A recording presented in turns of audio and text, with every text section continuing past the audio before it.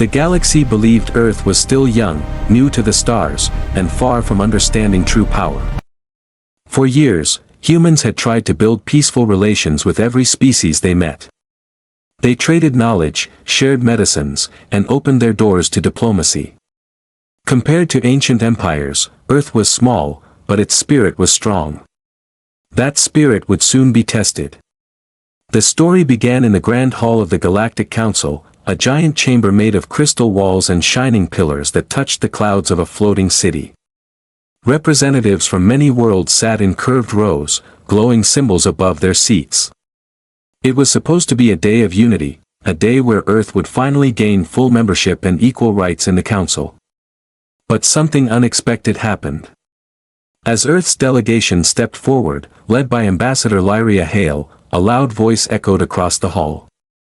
It came from the proud and famous of our Dominion, one of the oldest and most powerful empires in the galaxy.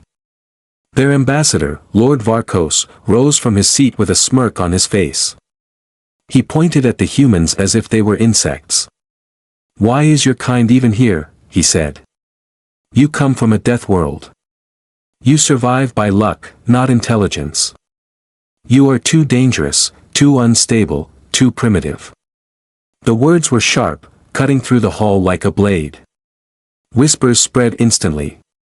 Some species lowered their eyes. Others looked away with discomfort. The Avar Dominion was feared, no one challenged them. But in that moment, they went too far. Lord Varkos continued, louder this time, making sure every corner of the hall heard him. "Earth wants a seat beside us," he mocked. "We do not sit with beasts. We command them." The insult hit the humans like a storm. Ambassador Lyria froze for a second, as did the entire human team. Cameras recorded everything. News channels across the galaxy broadcasted it live. Billions watched as the Avar Dominion mocked Earth in front of all races.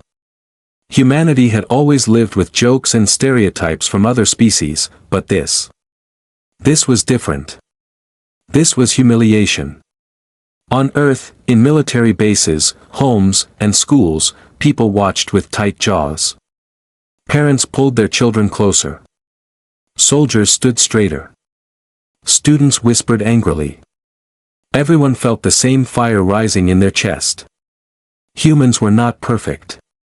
But they were not weak. Back in the Grand Hall, Ambassador Lyria spoke calmly, though her eyes showed anger. "We came for peace," she said, "not for insults." But Varkos only laughed. "Peace," he said. "You are a danger to the galaxy. Your world tries to kill you every day. Imagine what your species might do to ours." It was meant to be the final blow. Instead, it was the final mistake. Far away, in Earth's orbit, Captain Rhys Carter watched the broadcast from the bridge of the Vanguard flagship. The crew stood frozen as the insult repeated on the screen. Rhys was known for his calm leadership, but even he felt his heart burn with frustration. He turned to his officers. "Record every word. The Council will not forget this." Some officers clenched their fists. Others lowered their heads. Nobody spoke. Rhys finally broke the silence. "They think our world makes us dangerous," he said. "They have no idea how dangerous the galaxy becomes when you insult Earth." On the planet's surface, the reaction was even stronger. Earth's leaders held an emergency meeting. Diplomats tried to calm the situation, but the people were already speaking with one voice. The insult had awakened something deep. Something old. Something powerful. The Deathworlder spirit. It was the spirit of a species that survived in storms, earthquakes, heat waves, ice ages, and endless threats. A spirit that refused to kneel. A spirit that fought every battle with everything it had. The following day, Earth sent a simple message to the Galactic Council. "We will respond." Nobody knew what that meant. But the galaxy felt the shift. The air seemed heavier. Communication servers saw a spike in traffic. Rumors spread like wildfire. Some said Earth was preparing diplomats. Others said Earth was preparing weapons. Only one thing was clear. The Avar Dominion had crossed a line. And humanity was no longer patient. Captain Rees stood by the window of his ship, watching Earth rotate slowly below. Its blue oceans reflected the rising sun. Its mountains shined. Its clouds glowed. He whispered to himself. They wanted to see the Deathworlders. Now they will. And with that, the story of Earth's answer truly began. The Avar Dominion believed their insult would end with silence. They expected Earth to retreat, to bow, or to apologize. That was how the weaker species behaved. For centuries, the Dominion had survived by fear alone. Their power, their armies, their reputation, these things made other civilizations obey. But Earth was not like the others. 3 days after the insult, the Dominion's long-range satellites detected unusual activity on the edge of human space. At first, they thought it was an error. Strange energy surges, large-scale mobilization, encrypted signals bouncing between military outposts. Nothing about it matched the calm, diplomatic species that had entered the council. Lord Varkos watched the reports with annoyance. Humans, he scoffed. They are probably running drills. They cannot wage real war. But deep within the Dominion Command Center, a younger officer felt uneasy. She stared at the analysis map, watching human fleet signatures multiply like stars appearing at dusk. Sir, she said quietly, this is not a drill. Humans are assembling real war fleets. Varkos glared at her. Impossible. Earth does not have the strength. Yet the numbers did not lie. Meanwhile, Earth remained silent. No threats. No warnings. Only movement, steady, organized, purposeful. In Earth's flagship, Captain Rees Carter stood before his officers in the war briefing chamber. Holographic maps floated above them, showing the Avar Dominion's borders, their trade routes, and their weak points. The room buzzed with low voices as soldiers and strategists analyzed every detail. Earth had not fought a large-scale war in decades. But Deathworlders did not forget how to prepare for danger. War was not their goal, but respect was non-negotiable. Rees spoke with calm strength. We were insulted in front of every species.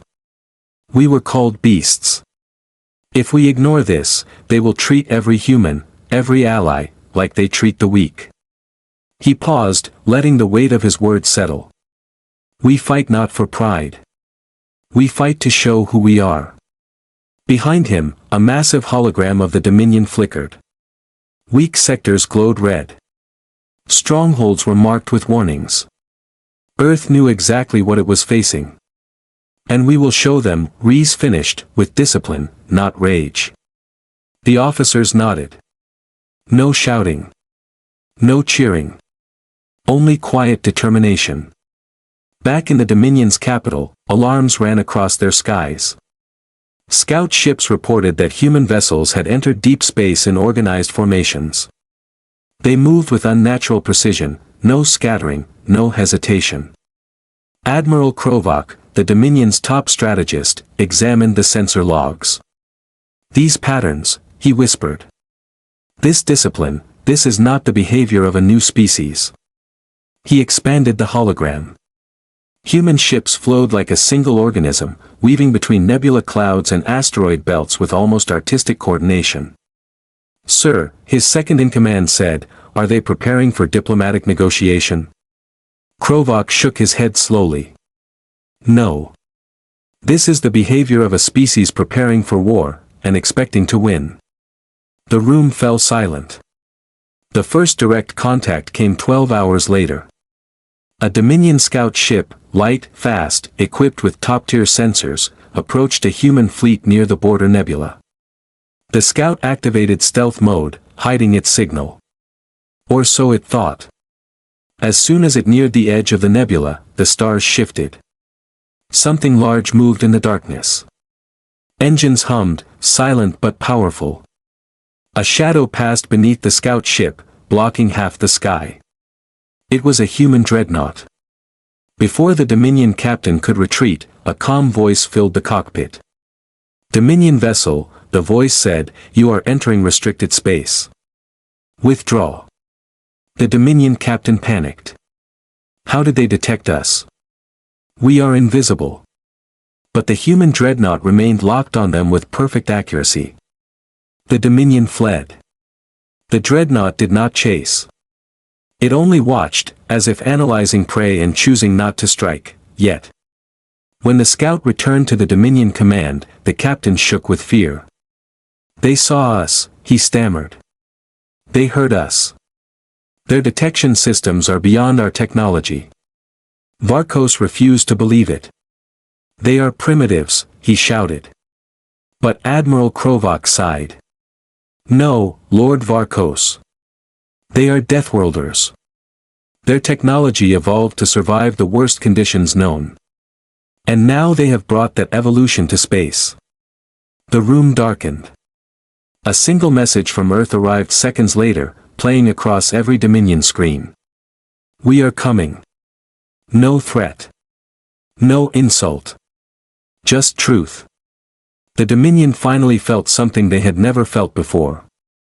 Fear of Earth. The Dominion spent centuries building walls, walls of ships, walls of threats, walls of fear. Every border planet was surrounded by heavy cruisers and defense rings. Every trade route was watched. Every nearby species obeyed, or else. But all those walls were made for smaller enemies. Not for Deathworlders. When Earth's silence finally broke, it came with motion, fast, controlled, unstoppable. In the far reaches of space, human fleets assembled like storm clouds gathering across a dark sky.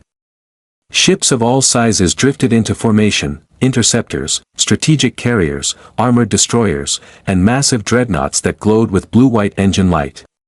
Captain Rhys Carter stood on the bridge of the Vanguard. The galaxy beyond his window looked quiet, but the calm felt like the air before a lightning strike. Officers spoke softly, checking final systems. Rhys lifted his hand. "Begin Phase 1. At that moment, Earth's forces disappeared. Not through teleportation. Not through magic. Through strategy. Human ships spread into subfleets, moving in patterns so complex that Dominion trackers froze trying to follow them. They curved through empty regions, cut across star lanes, and slipped between sensor-blind spots with precision that no alien fleet had ever shown. It was like watching stars dance. Back in the Dominion capital, chaos exploded. Their war table flickered non-stop with warnings. Sector 19, unknown movement. Sector 22, human subfleet detected. Sector 15, sensor blackout. Admiral Krovak stared at the hologram. Every time he zoomed in on one location, the humans vanished and reappeared somewhere else. It was not an attack. It was a message. Earth knew exactly where every Dominion weakness was. Meanwhile, Lord Varkos refused to accept reality. "They are bluffing," he shouted. "Their fleet is too small. Their ships cannot match ours." Krovak replied without looking up. "Then why are they already inside our territory?" Varkos froze. The room fell silent. At Border Fortress Tyrolin, the Dominion's largest defensive world, soldiers prepared for what they thought would be a slow human approach. They expected negotiation broadcasts, demands, maybe warnings. Instead, the sky flashed. Not with fire. With arrival.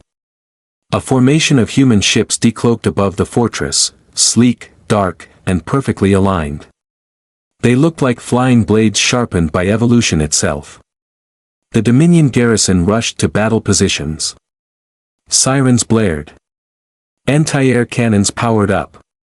But before a single round was fired, the humans acted. With clean, controlled precision, they targeted only military structures. Turret towers were disabled. Command uplinks shut down. Weapon platforms flickered out. No cities were touched. No civilians harmed. The attack lasted 6 minutes. 6 minutes that changed the galaxy's understanding of war. When the smoke cleared, Tyrolean Fortress was defenseless, yet still standing. The Dominion commander surrendered without a fight. Across the galaxy, shockwaves spread. Broadcasts replayed footage of the strike on repeat. Every species watched in silence. They had heard of human strength. They had heard of human resilience. But no one imagined humans could fight like this. With power, but also with control. With aggression, but also with honor. Earth did not bomb planets. Earth did not slaughter innocents. Earth did not conquer. They dismantled only what threatened them. And that terrified the Dominion more than any destruction could have. On the Dominion flagship, Emperor Raylon watched the news feed with shaking hands. His empire had faced rebellions, pirate coalitions, and rogue species. But none of them fought like humans did. He whispered to himself. Deathworlders, they carry war inside them like an instinct. But Admiral Krovak, standing beside him, shook his head. No, he said. They carry discipline. War is their last choice. And that is what makes them dangerous. The Emperor swallowed hard. Then what do they want? Krovak sighed. They want us to understand respect. Meanwhile, aboard the Vanguard, Captain Rees received the first report of the mission's success. Officers were calm but proud. Fortress Tyrolean has surrendered. Rees did not smile. This is only the beginning, he said. The Dominion will strike back. Prepare Phase 2. He walked toward the window, watching a bright star rising in the distance.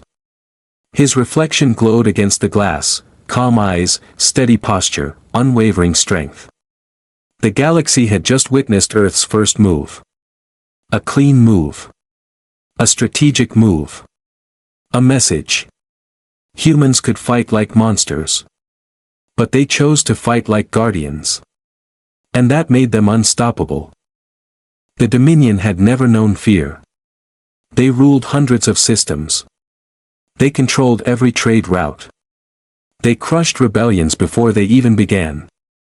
But after Earth's first strike, clean, sharp, without needless destruction, the Empire felt something new. Something heavy. Uncertainty. The Dominion expected rage from humans. They expected chaos. They expected wild, uncontrolled violence. But instead, they found precision. They found calm. They found discipline. Earth fought like a storm guided by wisdom. And that was far more frightening. The Dominion's counterattack began at dawn cycle. Hundreds of war carriers launched from their capital. Elite star battalions, trained for decades, prepared to overwhelm the human fleets. Admiral Krovak tried to convince the Emperor to stand down, but Raylon refused. We are the Dominion, the Emperor said. We do not kneel to newcomers. Krovak's silence spoke louder than words. The Dominion believed in strength. They assumed Earth did too. But they misunderstood what made humans dangerous. Humans did not fight for dominance. They fought for meaning. When the Dominion fleet reached the outer nebula, they expected to meet scattered human forces. They expected fear. They expected retreat. Instead, they saw something that made even their veteran commanders freeze. The entire Deathworlder fleet waited for them. Rows of dreadnoughts lined the nebula edge like guardians. Carrier wings floated behind them, engines glowing blue. Destroyers and interceptors shifted in perfect formation. No chaos. No panic. Only purpose. The humans did not prepare to run. They prepared to end the conflict. A channel opened.